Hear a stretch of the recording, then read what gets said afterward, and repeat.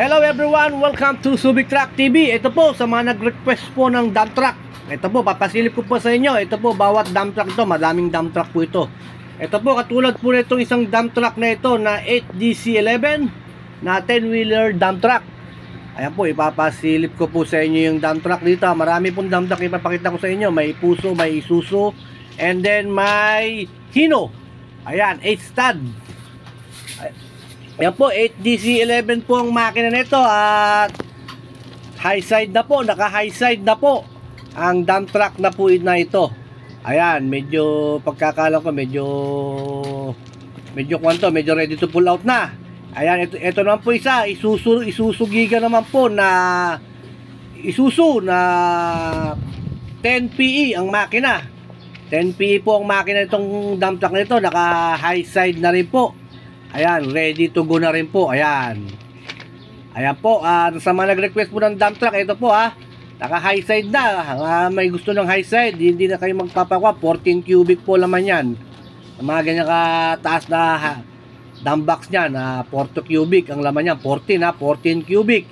Ito naman po isa, super great na 10-wheeler dump truck and then bubble top o high roof na tinatawag. Ito po, 8M20 po ang makina po nito. 8M20 bubble top na super great na 10-wheeler. Ayan, ay papasilip ko sa inyo itong itong 8M20 na ito. Ayan. Ito, as is pa po ito, as is. As is condition pa po ito. Ayan po, as is condition pa. Ayan, and then butterfly boom po yan, butterfly boom. Hindi po siya palaka, butterfly boom po yan 8M20 na super great na 10-wheeler dump truck. Ayan, yung mga naghahanap po ng dump truck, yung mga nagre-request sa akin ng dump truck, dinamihan ko na. At sa yardang ito, madami siyang dump truck. Ayan, stainless pa yung fuel tank nyan. Ayan po, sariwa po yung chassis, as is pa lang po yan at low side pa po. Kung naibigan po naman ninyo yan, pwede naman siyang i-high side. Patatasan po yung dump box niya kung ilang cubic ang gusto ninyo. Ayan po 8M20 na super great 10-wheeler dump truck. Ito pa pong isa, super great din. Ayan, titignan natin kung ano ang kanyang makina. 8M20 rin po. Dalawa na po yung 8M20 10-wheeler dump truck, Puso. Ayan, ang mga low side pa po, low side, and then 10-stud din, and then as is condition pa po ito, as is. Hindi katulad yung dalawang nadaanan ko nung una, isa napulir ko na. Ito po, as is na po ito, as is. Ayan, ayan po as is po and then palaka, palaka po ito. Ayan po yung palatandaan na palaka siya, hindi siya butterfly boom Yung isang bubble top is butterfly boom. Ito po palaka kung tawagin ayan po, super great na 8M20 low side. Pag gusto nyo pong ipa high side, pwede po. And then ito na po isa, Hino naman. Hino na 10-wheeler dump truck, F20C ang makina po niya. Yan po ay Hino po yan na 10-wheeler dump truck.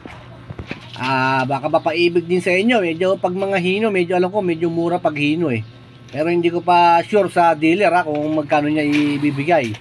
Basta tayo nagbibideo-video lang sa mga request po ninyo.